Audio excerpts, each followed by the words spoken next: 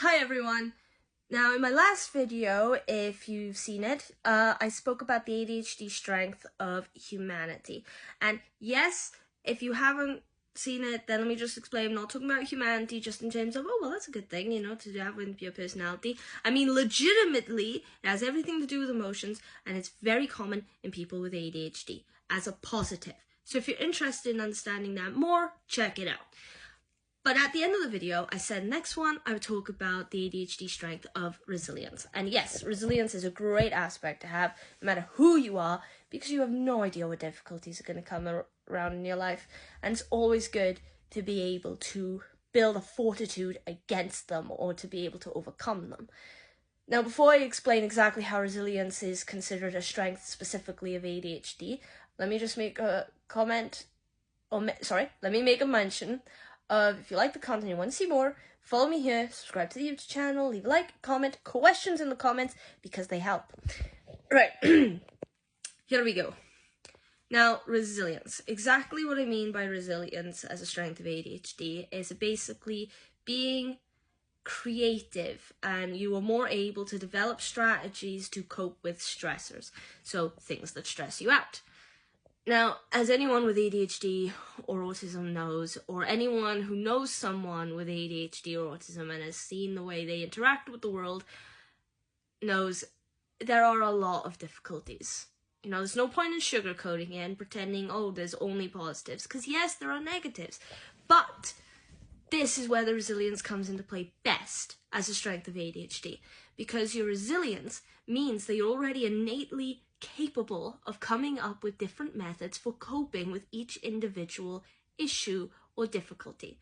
Now that includes, this kind of carries over into autism, not just ADHD, because say if you're really severe and high up on the spectrum for autism, so you have speech difficulties or behavioral difficulties, and you find it hard to communicate, or people find it hard to communicate with you, often or not, it can feel really patronizing because people tend to look at you and make the assumption that you're not capable of something, or you're just not there, You're not able to think clearly the way that they do, which is not the truth. You just see things differently, and you're expressing yourself differently.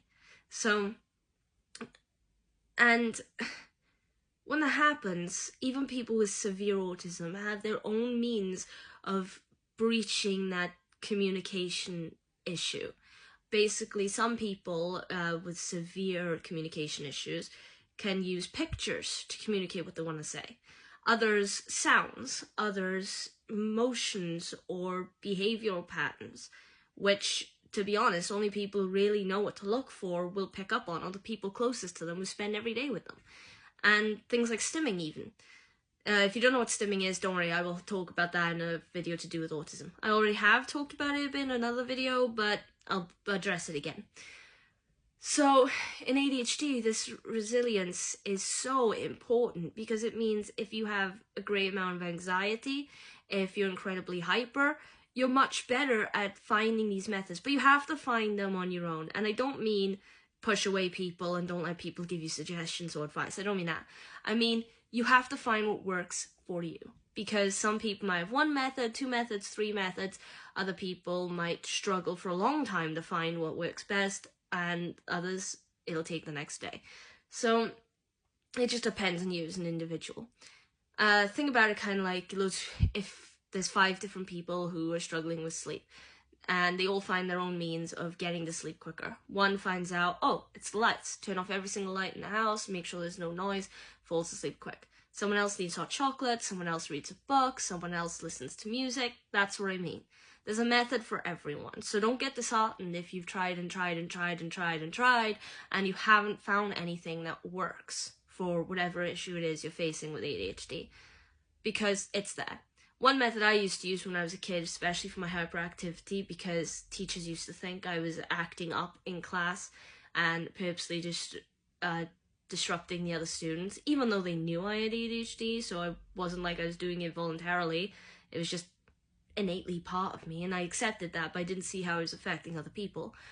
One method I used was I would put my hands just under my knees when I was sitting on a chair, And there was something about that simple motion that helped me restrain my physical movement. At least for long enough that eventually over the years, I just was able to do it on my own. And there came a time then when I was just better at knowing when best to be hyper and when sometimes being hyper isn't the best thing to be. So yeah, so there it is, resilience, because it's important to be resilient no matter who you are or whatever issues you face, whether you have a disorder or not. Because, like I said at the beginning of this video, you don't know what life is going to throw at you. And it's not always going to be accommodating for people with particular issues. So you can't expect it to be. But you can come up with your own methods of overcoming it and making yourself feel better. I mean, there are different things. I refused to have a TA in school because even though their heart was in the right place, I found it distracting, and I couldn't help but finding patronizing when someone was sitting there with me all throughout the lesson. I needed to use my own thoughts. I needed to do it independently. And also the TAs tended to do, like, in my school anyway, tended to pretty much give you the answers, which meant you weren't learning anything. So there we are. Resilience, though. A strength of ADHD. Keep that in mind. So you are already resilient. Okay? And don't let anybody tell you otherwise, because you know what you are capable of, not them. Now, I think that's good. And in my last video, I did also mention after resilience, I'd probably cover creativity, because that is a big strength of ADHD and autism. So I'll be covering that on 2 separate occasions, probably, most likely. Yeah, so if you're interested in seeing that, like I said earlier in the video, follow, like, leave a comment, subscribe to the YouTube channel, and I'll see you then. Bye.